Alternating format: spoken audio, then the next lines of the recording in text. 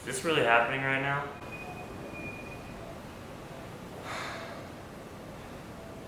I just hit a breaking point. Can't believe that I am the next person to be doing this. Fuck. I can't even look at the camera.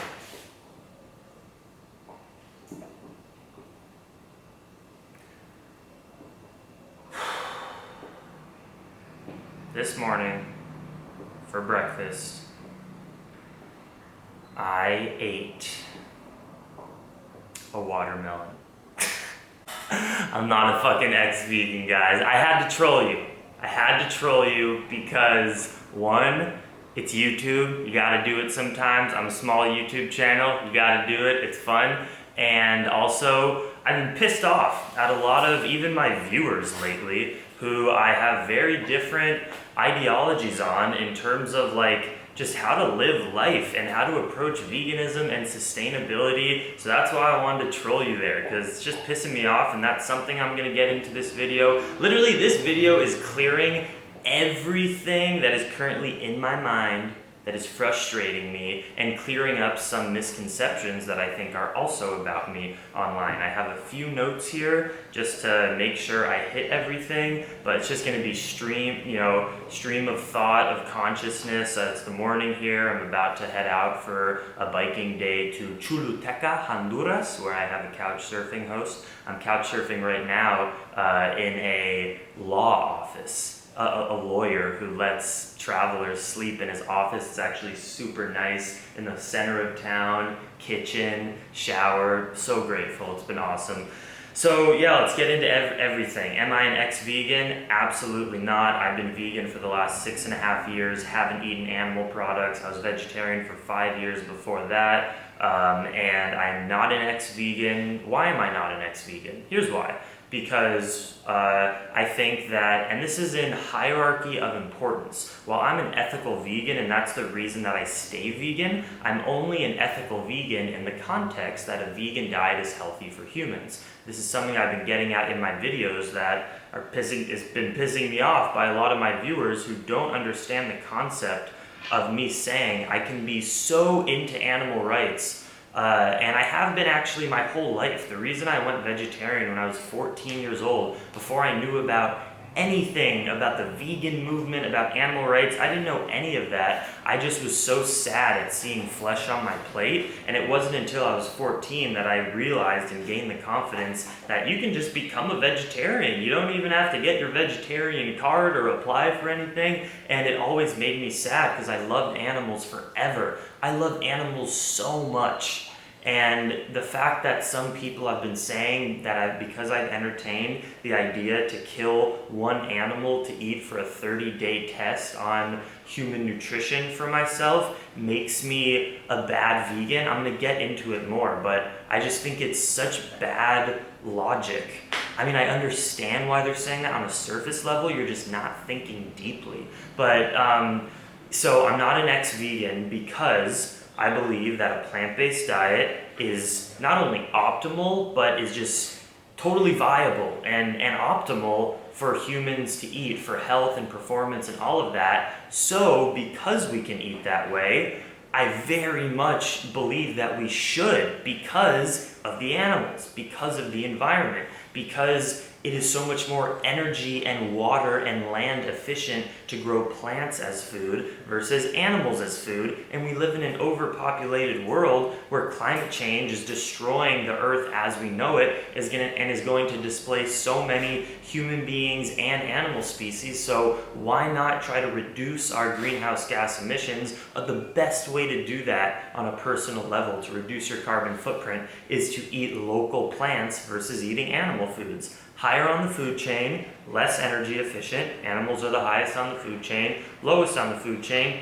plants, way more energy efficient, water efficient, everything efficient when it comes to comparing animals versus plant foods. So because veganism is so viable for humans, then I care so much about animal rights and the environment that why would I ever go back to contributing to a system that's going to be bad for my health, bad for the animals, and bad for the planet?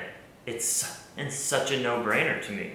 So I'm not an ex-vegan. Drew Morg has like been just licking his palms and rubbing his palms saying, oh, I've been talking to Jackson all this time. I just watched him say this on a live stream. I have a feeling he's about to come out as being an ex-vegan, and he said he needs to be called the vegan assassin if I come out as an ex-vegan. We will crown you as the vegan assassin, Drew, if I become the next vegan. I'm just saying, I ain't becoming the next ex-vegan because I am more passionate about veganism, honestly, than ever.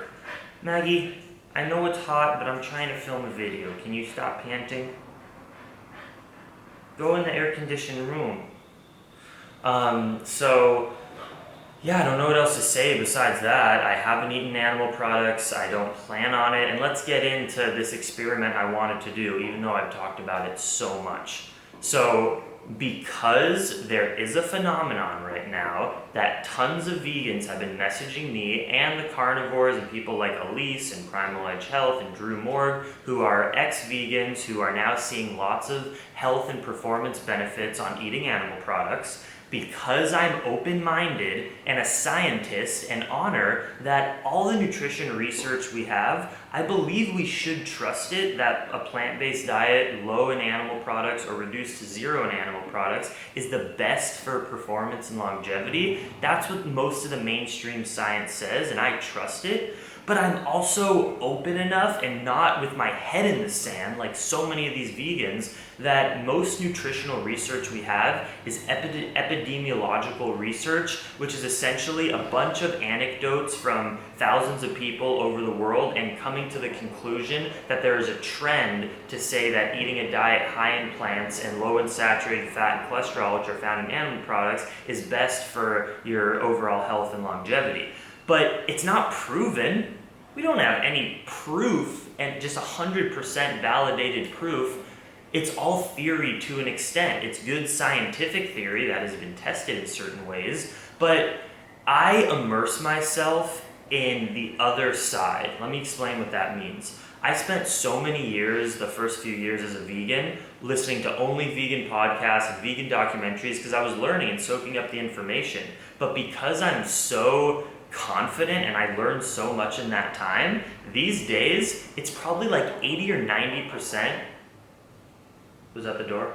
Just had to say hello to my host real quick. Now I'm back. So I think where I left off is that even though I am a very successful vegan, I am passionate about animal rights, and if you want to deny that, I just don't give a flying fuck because I know who I am, I know what I believe, and I've been making over 1,000 YouTube videos on my channel over the last 5 years and doing activism, doing speak outs in public. Go watch my activist videos on my YouTube channel. I am not putting up a front, and I don't let social media, like stupid people in comments on social media really get to me, but it has definitely triggered and itched at my fucking consciousness when people are saying you're a fake vegan, you don't really care about animal rights. It's just so far from the truth, but whatever. You can't give attention or weight to people who just don't know what they're talking about and pull things out of their ass without actually knowing me.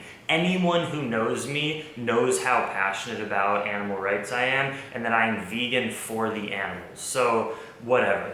But given that the ex-vegan versus vegan debate is very hot and contested now on YouTube, and people are legitimately confused. I mean, there's so many examples of people who claim that they were eating a healthy vegan diet, and of course, do we know what they were eating? No. Do we know that they weren't calorie restricting? No. There are so many variables as to why some of these ex-vegans might have not been healthy and developed health issues. But I just, as an open-minded person, I wanted to give these people like Elise and Drew and many more who have messaged me who aren't even on social media, are just average people who said, hey, I ate a very healthy, whole food, plant-based diet without calorie restriction, you know, even with some fortified foods like nutritional yeast and almond milk, who aren't eating weird diets if you trust them, and I do trust them, saying I did it for a few years, I felt really shitty and developed some issues. Out of desperation, I ate some animal products and I felt way better. Now, does that go against what the best science we have tells us? Yes, But at the end of the day, some things that these ex-vegans and carnivores are saying is, why should we just bow our heads down to the science always if the science isn't working in the real practical world with some people? And it's hard to argue with that. It works for me and it works for most of my friends, but is there a chance that after eating a certain way, for me it's been only plants for the last 6.5 years, is there a chance that I don't know what it would feel like to introduce 10% of calories from animal products, which have certain nutrients and higher, denser qualities that plants don't have as much as? You know, plants have everything according to the science that humans need to thrive, but there's dietary cholesterol in animal foods. Now the science says that that's probably not good for you, but some people are seeing health benefits. So is there a scientific possibility in the realm of the universe that some people need that, and humans have been eating meat for a long time? That's not a justification that it's healthy. We've been doing a lot of things that aren't healthy for a long time. But I just got out of my vegan bubble to the extent that I admitted to myself that there is a small percentage chance in the scientific realm that including some animal products in the short term, in the immediate term, can give some people performance and health benefits. And maybe that is a justification to include some animal products in the diet if you can do it in a relatively ethical way. And now there's going to be people commenting, and I've said this in the past, and I actually still think this right now, there's no ethical way to kill an animal if you don't need to kill that animal. But the key point there is, if you don't need to kill that animal, no vegan would deny a lion in the wild eating an animal, because that's their natural human diet. That's their natural lion diet. It balances the ecosystem. It's not unethical if you evolve to eat a certain way and you fulfill that evolutionary trait of being a carnivore, being an omnivore. So I think that you can be super healthy as an herbivore, as a plant eater, but there are people out there who now believe that eating some meat is the best for their long-term health and just feeling good. I get messages from those people, they're not lying. So if they think that they need it to feel best, you can ethically justify killing an animal or having some backyard chicken eggs in the most sustainable and local way possible if that's how you're supposed to eat. If anyone disagrees with that, you're crazy. Okay? So I wanted to see, as a pseudo experiment, I honor it's not a perfect scientific study, but these meat eaters are saying, Jackson, if you eat meat for just a few days, I guarantee you your body's going to respond positively. So I got to thinking of, like, what do I have to lose, and is it really detrimental to animals and to the vegan movement if I, here in Central America, go into a local village that I pass through every day that have chickens running around in zero confinement who drop eggs, and I can buy some cheap eggs from a local, which, guys, ethically and sustainability wise, that's a perfect system. I'm sorry, I have to admit it as an ethical vegan, that if you have roosters and chickens roaming your land without any confinement whatsoever, they can go into the street, they can go into the neighbor's yard, and they lay eggs, and you collect the egg and eat it, there's nothing unethical about that. And that would be a way to introduce animal products into my diet. Plus, let's say, because these ex-vegans would say you need to eat flesh too, I would buy a living chicken in this experiment that I am thinking about doing. Right now I'm kind of done thinking of doing it, but in the last week.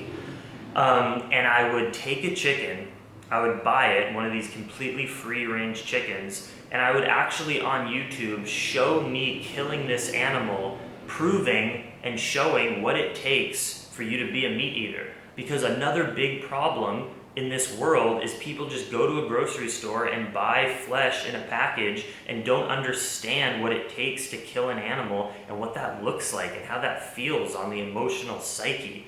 So this test was literally trying to support the vegan movement by me sacrificing one sentient being to eat throughout the month, plus local eggs, which are completely ethical in how I just described, I thought it would be interesting to see how my body reacts as a successful vegan, to see if I feel even better, which might prove to me, it's not proof, but might lead me to believe that there are some people who can benefit off of a 10% a calorie from animal foods diet. And wouldn't we want to know that if every vegan did a test and they all felt better eating just a little animal products, which, by the way, in a lot of the science that vegans state, it's not proving that a vegan diet is best, it's proving that like a 90% vegan diet is best. And then there's other studies, I'll keep it totally real, and I'm grateful for these studies because I'm passionate about veganism, that even adding 1 egg per day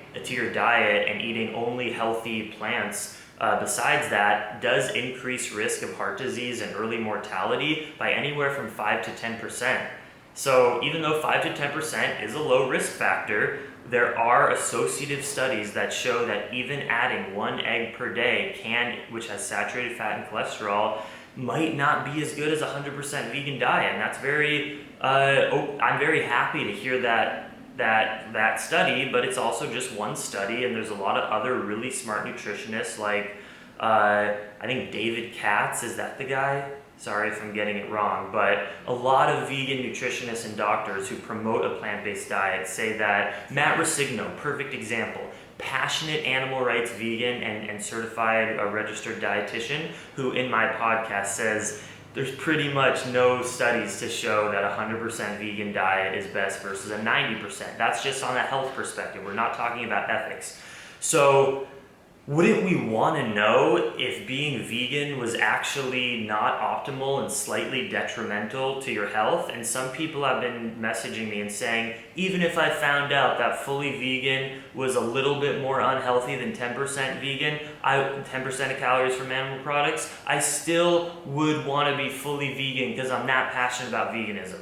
I personally find that tribally not smart veganism, because again, I'm only vegan in the context that I believe that it's natural for humans to eat that way. Why would we deny our evolution?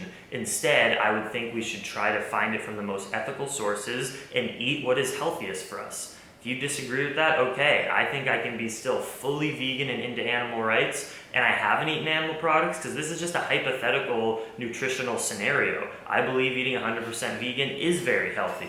But, so yeah, does that explain how I feel like this experiment would be super rational to figure out, like, does everyone feel better eating some animal products? But then I started to think, first let me talk about the ethics, and then I'm going to say why I don't want to do the study anymore, this experiment. Ethically speaking, here's how I rationalized it.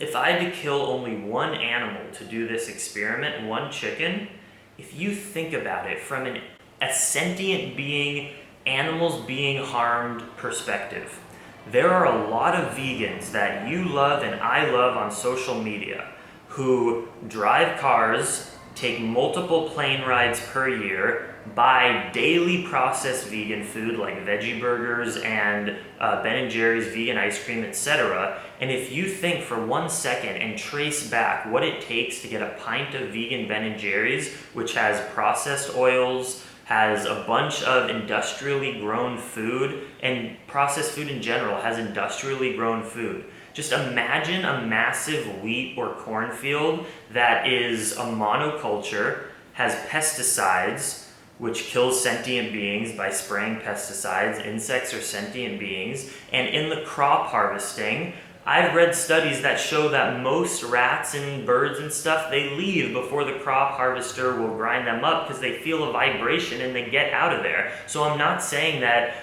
when you eat some corn in a rice bowl, that you're contributing to more deaths than if you eat meat. That's a stupid meat eater talking point. But can't you see that in industrial food, there definitely are some animals that are killed, and then when it gets put on a truck or a boat and gets shipped to your country, don't you think that some animals are killed in that transportation process of a truck driver driving all day or a boat with a turbine underneath killing fish? Industrial food is not as good as local food.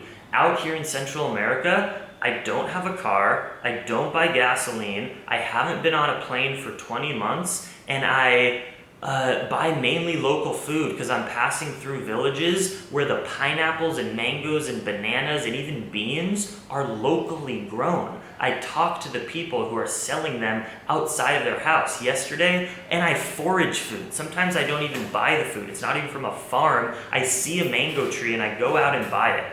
So it's just a fact that I kill way less animals in my diet than the average vegan. Now, veganism is about doing the best that you possibly can, and I agree. So it's not justification that just because my vegan diet is even more vegan than 90-something% of vegans out there because they live in cities, and I'm not shaming you, you're doing the best you can too, and I live a really wild, crazy life on a bicycle that is a high standard of sustainability because it's that important to me. But considering that there's so many vegans who still call themselves vegans who are contributing to so much more animal deaths than I am in a month, adding one animal death to my diet, which is better than most vegans, and is in order to do something that I think is going to be really positive to the vegan movement, which is to do a test to see how a successful vegan does on animal products, I found that totally justified as an experiment. And guess what? If I felt just as good or worse, which I'm 99% sure that's what would happen, because my buddy Gitas, I Love the Climb on social media, did that test for a few weeks or months. He ate animal products after eating a healthy vegan diet, and he said, I didn't feel any different.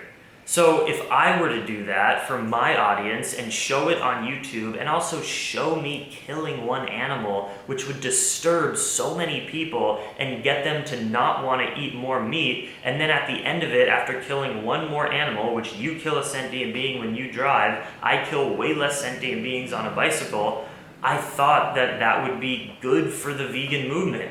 And I still think it would be. But the reason I no longer need to do it is that I thought about people like Gitas. And I had another buddy who's a vegan YouTuber who messaged me and said, dude, 2 years into being vegan, I did this test for myself too, and I felt no difference. Meat is not a silver bullet, and obviously, if it doesn't make you feel good in the long term, we know it's not, in the short term, we know it's not good in the long term, so that's just boom, boom, boom, too many reasons for me to realize I don't need to do this study. Now, everyone is different, so is there a chance that Gitas didn't feel any differences, but I could? Yes, which is why I'm like 2% open to the idea, or 1% of trying this. But generally speaking, I perform so well. I live one of the craziest, most physically active lifestyles of anyone on the internet and anyone in the world. I've ridden my bicycle 11,000 miles over the last 20 months, and my bicycle weighs 100 pounds,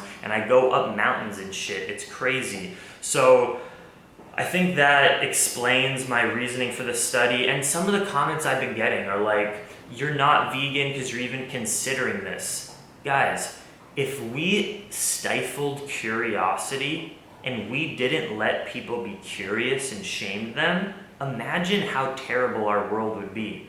We would still believe that the earth is flat. I mean, we would think so many terrible things that aren't scientific if we didn't let curiosity thrive. So I believe in curiosity, even if it means killing one animal in order to figure out a really important truth. And let's say in the study, or in this experiment, I just felt so much better. Wouldn't we want to know that? Or do you want to just live with your head in the sand and just veganism is king, period, no matter the science, no matter the evidence? You're just living a tribal life that I don't believe in. I want to know the truth. And the truth, I think, for me, is that a plant-based diet is healthiest, and it's better for the environment, and it's better for the animals, so you should do it. But if you're a person who is questioning, and you're living every day saying, is this plant-based thing right for me? Could this possibly be dangerous? You have to figure that out, because how terrible would that be, one, if it was dangerous and you weren't doing the healthiest thing for your body to be eating in a way that's gonna contribute harm to you, and then two, it would be psychologically and emotionally shitty to be worrying every day. If you were doing that, you might as well test it and live with confidence that what you're doing is right. So for people who say that it's just not even vegan for me to consider that, I think you're wrong. I think you should always test things if you have questions. And I had some questions because I have seen all this ex-vegan stuff, and I immerse myself in paleo and keto and all these podcasts because I'm bored, honestly, with hearing the same information that I believe in, which is the plant-based side. So I immerse myself with the other side, which so many of you probably aren't doing. And I saw enough compelling evidence just to try it. Not to believe it, that meat is healthy, just to try it. But then after thinking, I realized I don't need to try it right now because I don't want to kill an innocent being if I don't have to, and I'm not convinced yet that I would definitely feel better. So that's why. Let me go back to my notes to address a few more things that have been on my mind. This raw vegan ginger freak, she's really weird. That's why I call her a freak on Instagram, but she has enough followers to be slightly relevant because she's been slandering me, saying that I'm crazy for doing this experiment, and I already just discussed in the last many minutes of why I thought about doing it. And plus, she was saying, why would I kill a chicken? Why don't I kill Maggie for the experiment? Here's why. The experiment was, and saying I'm a speciesist, the experiment was giving a benefit of the doubt that you're gonna assume for that month that 10% of animal products is better for you. That has to be the assumption in the experiment. Why would I do it if I knew 100% sure that wasn't the case? So with that assumption, then I would have to say, what is the most ethical way to eat that meat? So assuming that we have to eat 10% of calories for meat, which is assumed in this experiment, wouldn't you rather kill something which is speciesist, who isn't your friend, just a chicken that you buy, versus your friend?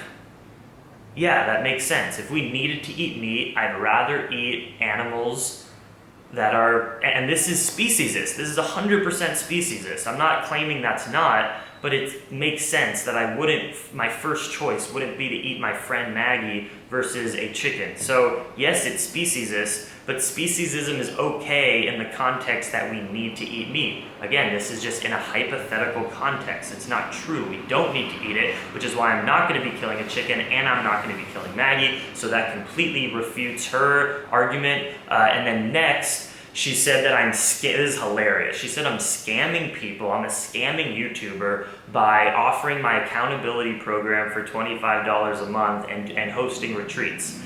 I want anyone who thinks I'm scamming people by offering a service that you don't need to buy. I'm just offering a service to be your accountability partner to help you get through the hardest issues in your life, like binge eating and self-love issues, calorie restriction, and we talk every day in order for you to stay on track. Every single one of my accountability partners right now is seeing incredible results, and I guarantee you most of them are gonna pay for it next month too, because it's improving them, and I have way more interaction with them than a therapist would, and therapy costs $60 to $200 for an hour session, and I'm talking with these people every single day and charging $25 a month, and they don't have to buy it, it's a choice. And she said I'm scamming people. It's the dumbest argument ever, which is why I will say she's an idiot, because that's just stupid. I'm sorry. She might be a good person, but that's so fucking dumb. And then she's saying again, I'm scamming people for hosting a retreat. You don't have to buy it. And everything I advertise about my retreat is what you're gonna get. It's just us hanging out in a beach house Airbnb with a private pool and air conditioning, and we're gonna do meditation and yoga, we're gonna buy local fruit in town, we're gonna hike, we're gonna do self-love and kind of how to manifest your best life workshops where we talk about how to get through people putting you down and how you should have the confidence to take risks and do things, and that's all my retreat is. That's what it is, and that's what you're gonna get. I'm not scamming anyone, I'm offering a fucking service, which is what human beings do who have businesses, and then people who want to buy it. It's just the dumbest shit ever. She's such a troll. And I didn't know about her account, and then people messaged me after saying, Jackson, don't give her any attention. She's like a cuckoo, crazy YouTuber. So I'm sorry I'm even mentioning her now, I probably shouldn't. Moving on.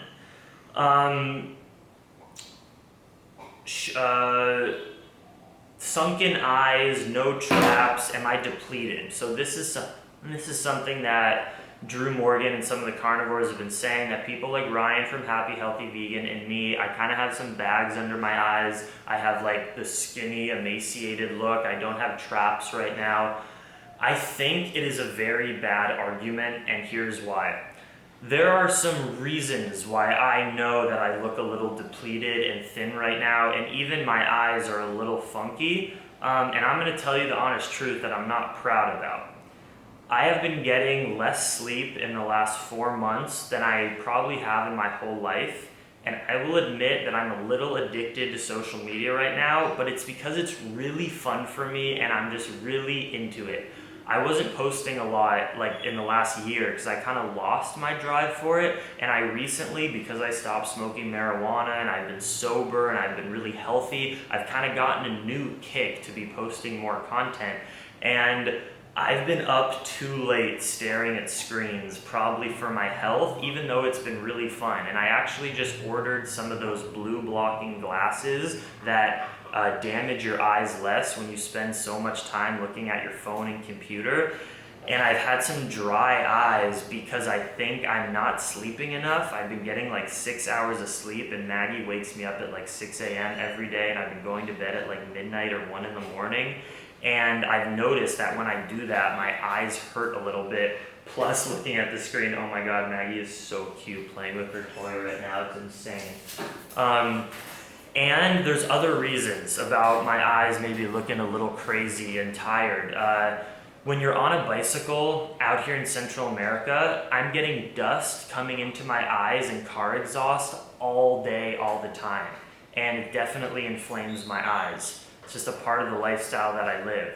And then talking about my emaciated look and traps, well, I'm not too emaciated. I mean, if you're emaciated, you don't have muscle either. I'm just skinny as hell. But look, I mean, for a cyclist who bikes all the time, I still have pecs, they're hard as rocks. I got my cleavage going. I got abs, I'm super lean. I have biceps, triceps, and I don't even lift, obviously, consistently. I live on a bicycle, and cycling depletes you. I mean, I do too much cycling to be healthy. I'm just a traveler on a crazy mission, and I'm not gonna live like this forever. After this trip, I'm not gonna cycle with a 100-pound bike all day, every day. So given my lifestyle, it's gonna melt all the thick muscle off my body, because when you're on the bike, your body wants to be as light as possible, and that's why my neck is skinny and I don't have traps. And he's saying, like, Drew Morgan was saying, Ryan Lum, Happy Healthy Vegan,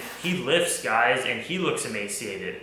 I know Ryan personally. I love Ryan. And sorry if you're watching this, Ryan, but Ryan is an endurance athlete, nerdy, awesome dude who does not focus on weightlifting.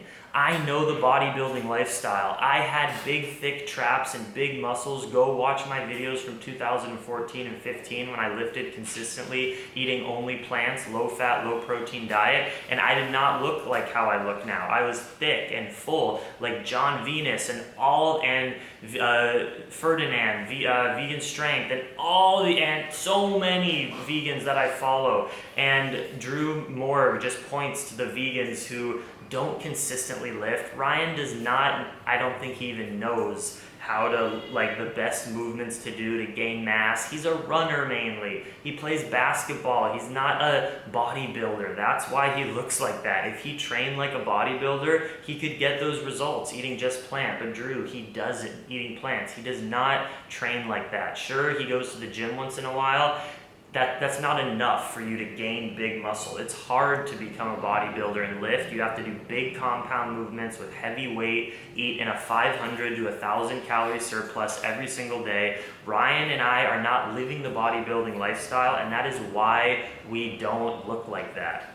What else do I have here? Meat diets can be more ethical and sustainable. This is another thing that vegans have been pissed at me about talking about, but I'm gonna speak the honest truth as someone who got my degree in environmental science and policy. I just gotta show you Maggie because she's so fucking cute. Maggie, we're gonna go out on the bike in a second, I promise. She wants me to play with her so bad. So,